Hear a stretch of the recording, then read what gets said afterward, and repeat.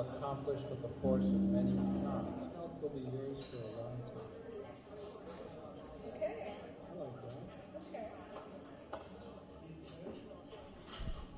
Okay. Several years ago, I found myself confronting a number of health challenges at the same time. And one of the results of that was that I found myself becoming sometimes allergic to music, which is a very strange experience because it is my vocation and also my passion.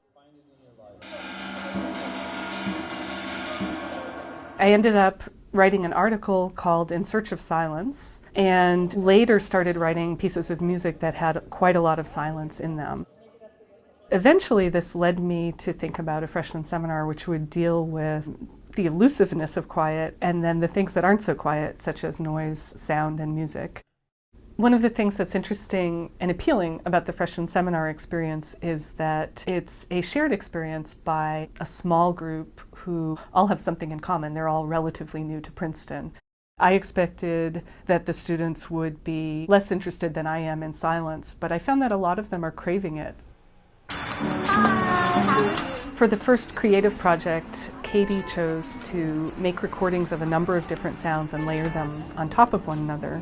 I recorded myself walking through autumn leaves. I recorded myself sneezing. I recorded myself talking, humming, playing piano.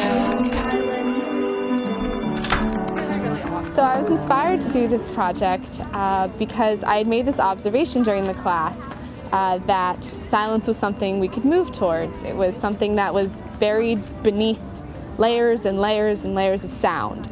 It was meant to imitate the order in which I kind of strip away sound when I've moved towards silence in my routines. My first step typically would be to go inside, take away the leaves outside, take away the cars going by. It ends with sounds that are very quiet and very compelling. One is sneezing and one is breathing. This project conveyed the concept that silence is something that we can't attain. We're living beings. We're meant to create sound. It's exciting to me to see how thoughtful the students are. It's also exciting to see the creative spark emerging in the class. And she loved the little boy. Light a match and wait for it to go out. Demir chose to do what we might call a performance or realization of a score by Yoko Ono, in which the performer is instructed to light a match and wait until it goes out. Light a match and wait for it to go out. One thing that's interesting about it is that there's a lot of repetition that we might find not to be so artistic, but if we look closely, we see that there's a lot of variation between each instantiation of the lighting of the match. Since the students aren't necessarily required to have any artistic background, one of the things we're doing is playing a bit with the notion of what art might be and who might be an artist.